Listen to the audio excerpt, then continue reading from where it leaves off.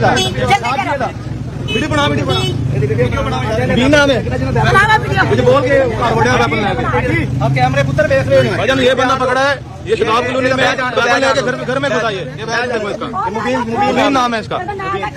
2 बंदे और इसके साथ के भाग गए। वेपन स्टेट किया घर में आके, वेपन इसने घर में आके स्टेट किया। पीछे हो गया खेने का ये पकड़े कर रहे हो पैर लगाओ इन्होंने जान दो तो जोर पाएगा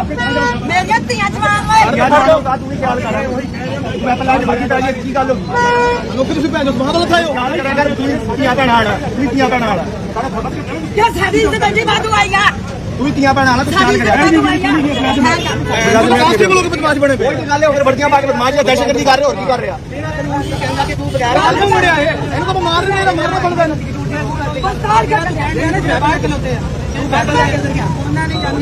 कैमरे लगे कैमरे लगे